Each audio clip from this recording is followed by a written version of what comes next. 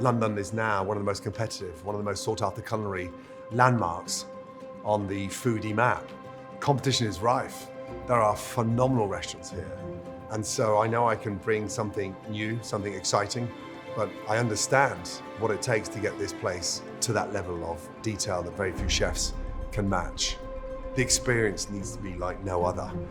And so, yes, it's daring, but that's how we tick.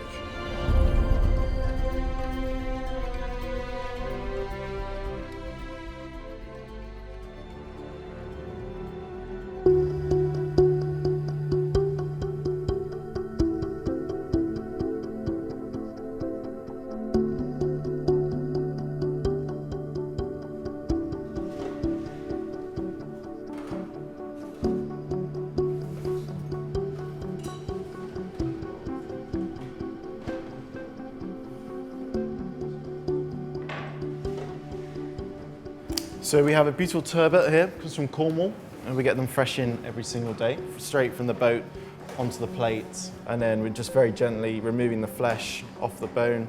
Obviously we want to be hitting those bones as we go down, but I think you treat every single one like it's your first time, you know? When I come in every day and I get to look at this backdrop, I've spent all my life working in kitchens, usually in a basement, but to be able to walk into this every single morning is just, yeah, it's quite jaw-dropping. You're just seeing birds flying across. And my personal favorite bird, bit of a geek here, is a peregrine falcon, fastest bird in the world. They do actually roost on the Tower of London, which is just down there. Not many kitchens out there, I don't think you get to witness that every morning. And yeah, you know, we come in, it's a very small team, very intimate. I generally sort of look after the protein. We have our sous chef Michele, who's sort of doing a lot of the sauces and the stove work. And then Gianmarco's currently in charge of the bread and the pastry. People that are working here, we are passionate about what we represent. Gordon Ramsay and Restaurant Gordon Ramsay, I think, comes through in what we're doing, and that's tailoring the experience, and that's what, you know, I'm very proud about. We're sat in an extension of Restaurant Gordon Ramsay. This is Gordon Ramsay High, 12 seats, one sitting a night. You arrive at 7:30 and you leave at 11:30. It's seamless because we connect not just the cooking, the experience, but we bring you into the kitchen. And then of course, you've got the backdrop. One of the most stunning views over London. Opening Restaurant Gordon Ramsay back in 1998, for me, was the biggest risk in my life. We were a tiny little 10-table restaurant in the back of beyond of Chelsea. We were cultivating this incredible sort of hard knock school of talent. Your Paul Ainsworths, your Claire Smiths, your Marcus Warings, your Angela Hartnetts. Finding the right chef is like finding the best quarterback. But for me, what stood out with James Goodyear was his creativity. When you hear about Gordon Ramsay, you know, is interested in you, and you know, he's the biggest name in the industry, his reputation speaks for himself. You know, I wouldn't say I'm nervous, but you know, you want to impress him. Overall, you know, an incredibly proud moment to be approached by him.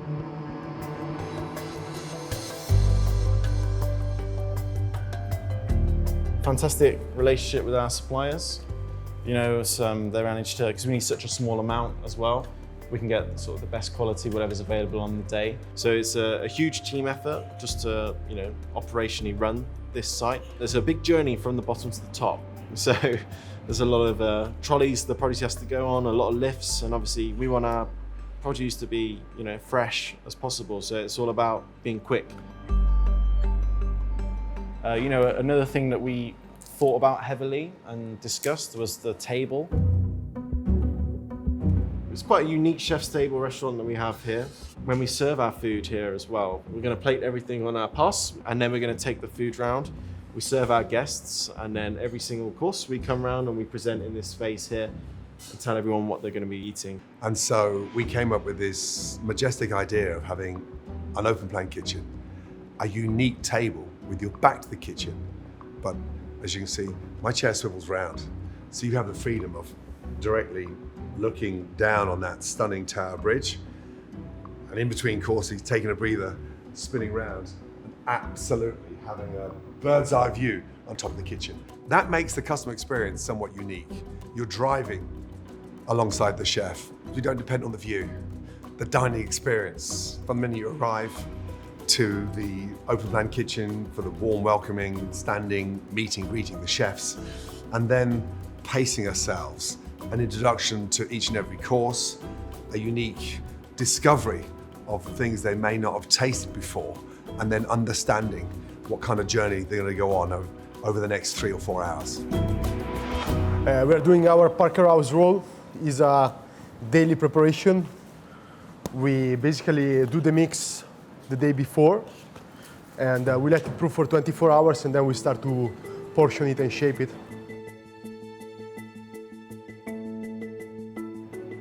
What it is we've taken the bread that we serve at Restaurant Gordon Ramsay.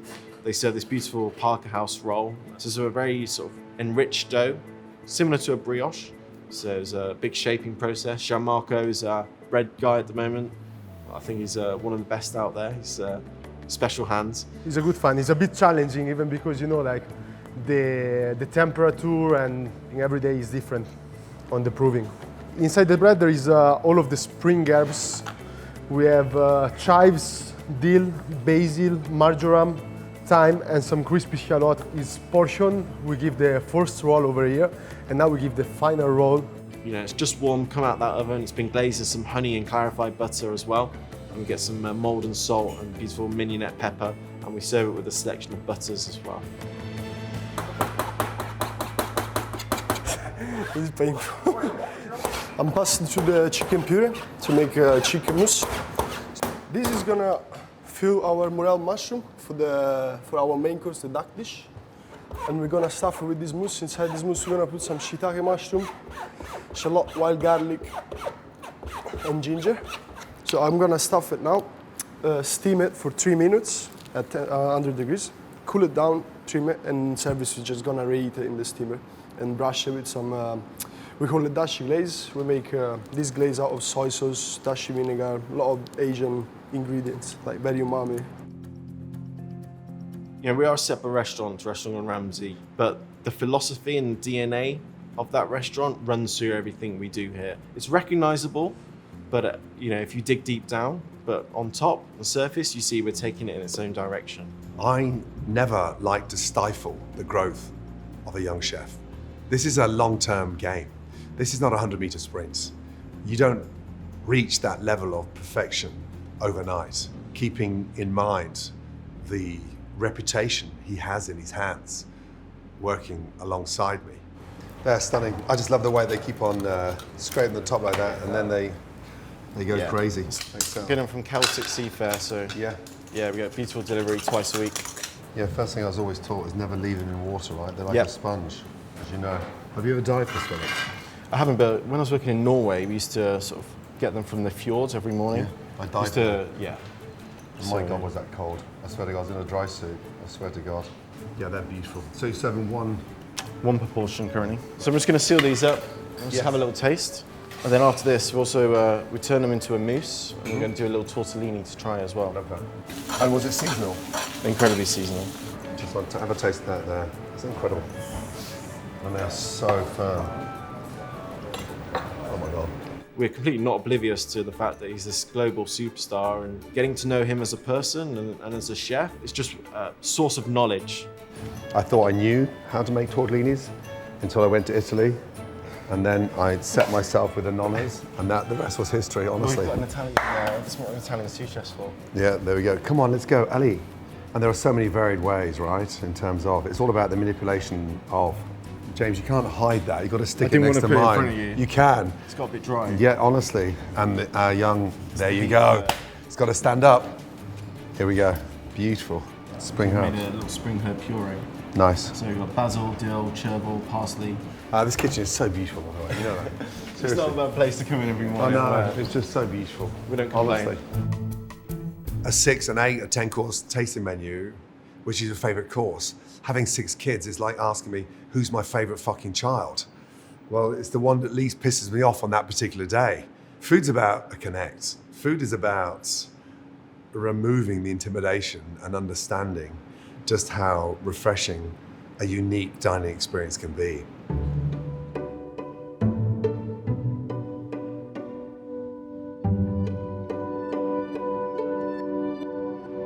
the asparagus. They're hand-picked from Stratford-upon-Avon. And when I say hand-picked, I do mean hand-cut. And the spears are breathtaking. Even the peel from the asparagus is delicious. We don't waste anything here. So we make a little sort of emulsion that we cook it in. It's got a little bit of cream, water, and citric acid. So we just cook it whole. Just going to portion it down, and we'll make a little emulsion tonight to reheat it in. What I love about it is it has almost like a consistency of meat, you know, because it's so thick and juicy. It's almost like cutting into a steak. Ossetia caviar on there as well, you know, it's a luxury ingredient. And then we're celebrating it with spring herbs. And then it's all about a lovely sauce vierge. So we've got a classical sauce vierge, but we've taken it and doing it our own way. We've taken blood oranges and grapefruits, so amazing citrus fruits, and we juice them and reduce that flavor down. This dish is not going to be on the menu very long, but while we've got it on our menu, just excited to serve it every single night. Evening, guys. Evening, chef. So guests are going to arrive as 5 couples. So when they come in, obviously get their aperitif, make them nice and welcome. So we'll do the first 3 canapes standing up as normal. Positions 1 and 2, we have Tess and Sam. Then on 3 and 4 on corner 1, we have Alex and Declan. I'll take 1 and 2 every time tonight. And then between you guys, I think it's probably best if they serve 9 and 10. Yeah. Make sure we welcome them in, make a lovely evening. Yes. That's a service. Perfect, thank you.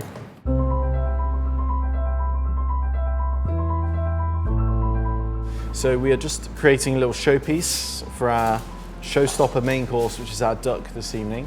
Not only are we chefs, we're flower arrangers. I'm not 100% sure what all these are, but they look really good. You know, everything we do, we want to showcase the best we can, so. We have ducks that are specially grown for us, and it's a duck that is less gamey than the sort of majority of ducks. The caramelization that takes place on the fats, stunning. It's a cross between a Peking and an Aylesbury duck. It comes in our door, and then we're just going to roast it whole on the crown. And we glaze it in a little bit of maltose as well, which allows it to get this sort of sticky glaze on there, a bit of sweetness to contrast all that fattiness on the duck. By the time it comes to our main course, the duck is just perfectly pink. It's got its crispy skin, and it's just ready to go. What we like to do is we show our duck to our guests, so we bring it out. And once that's been roasted, we're taking it back into the kitchen, we carve it down, and we are currently serving it with morel mushrooms. So again, it's singing of spring here. Morel mushrooms stuffed with a little farci of chicken and wild garlic. So it's a bit of a showstopper. We're gonna have guests arriving in about 1 hour's time. So it's just final sort of touches that we're finishing off now. We like to personalize our menus as well. So we have all our guests' name on there. So everyone is aware of who's going to be coming. We know where they're going to be seated as well. So we sort of assign positions to all of our guests. Michele, are you ready? Yeah.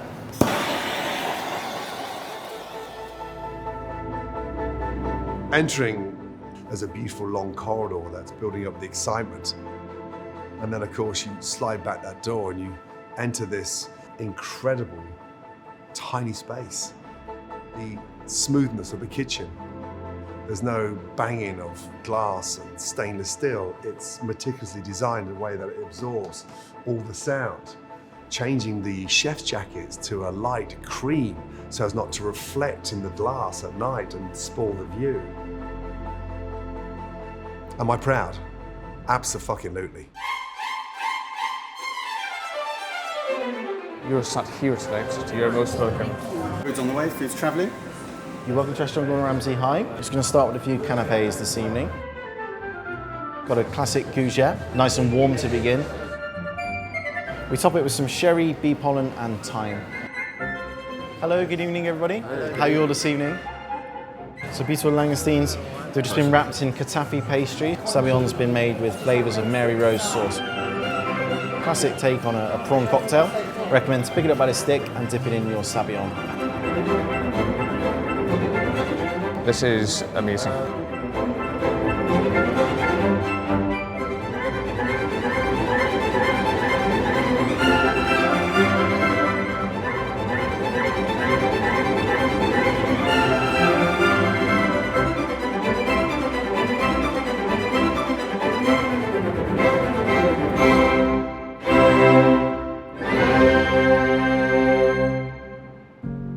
Every time I step into the kitchen, I'm in my happiest place.